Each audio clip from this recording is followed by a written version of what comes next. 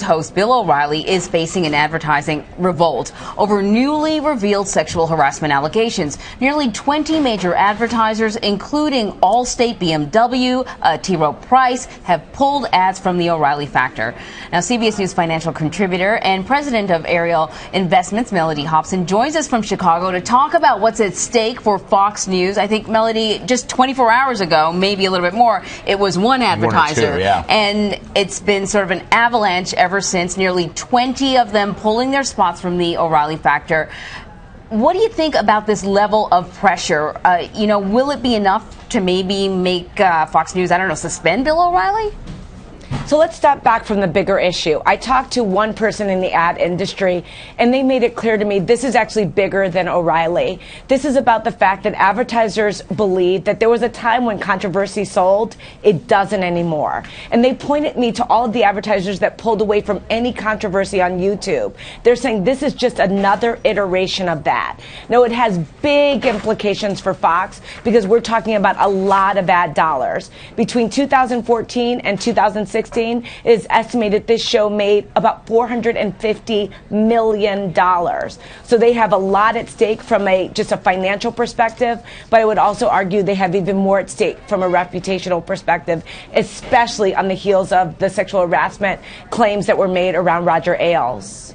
So, Mellody, explain for our viewers who may not understand how advertising works. Fox News has said brands like Mercedes have asked to have their ads placed on other shows that are on Fox News. So it seems as if the brands won't lose much exposure even as they distance themselves from O'Reilly himself or even the O'Reilly Factor show. So what does that mean? That means that Mercedes is saying, look, we're not going to advertise on the hour that the O'Reilly Factor is on, but you're not going to lose any business from us because we're going to put it on, for example, when Shepard Smith is on. So let's first understand that Fox is number one. They are the number one cable news network in this country. Number one. If you look at just the top 15 shows on cable news, 14 of them are theirs. So advertisers are saying this is a brand when you look at the audience that they pull in. I mean, O'Reilly alone pulls in about 4 million viewers a night. He's number one in cable news. So when they say this is a brand where we want an affiliation, but we don't want the affiliation with the person that personifies this issue or this controversy. Now, that's what they're saying as they move their money elsewhere inside of the Fox network. Many brands have been taking a stand against sexual harassment. Is this something they just simply cannot avoid nowadays? They have to sort of step back from this, even if it's profitable to put their ads on the number one show on the number one cable network? Cannot avoid. There are big stakes here.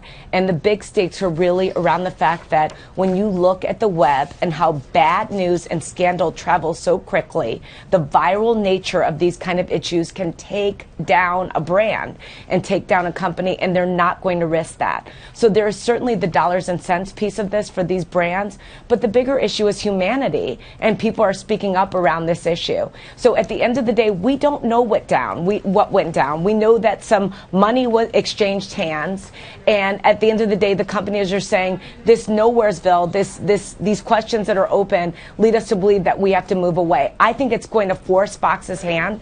At some point, they're going to have to do something. It's not just the advertisers, it's the follow-on lawsuits. If they in any way create the sense that they were complicit culturally, that only adds fuel to the fire of the lawsuit. So they have a lot at stake here. And it's not just the accusations of sexual misconduct, but it's also the racial allegations that are being made, charges of racial discrimination at the company, which would also send advertisers scurrying, right?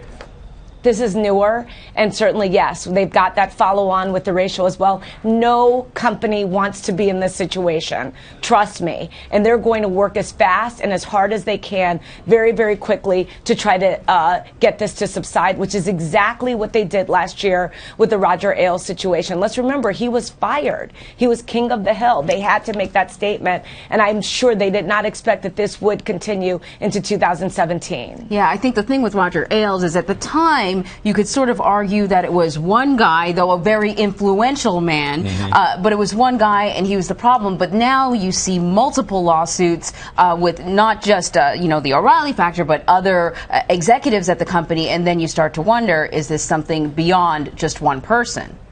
And that's very common, because the one thing is that some people get more courage when they see others step out. So sometimes also it's not real. We don't know. Right. So we just to say that the company is in a tough spot now, there's no question. And the question is, what will they say or do?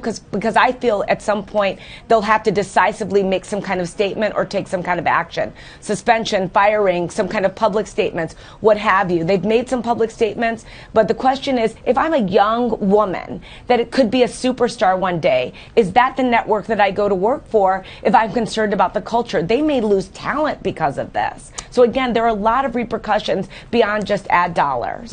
Mellody Hobson, always great to talk to you. Thank you so much. We appreciate it.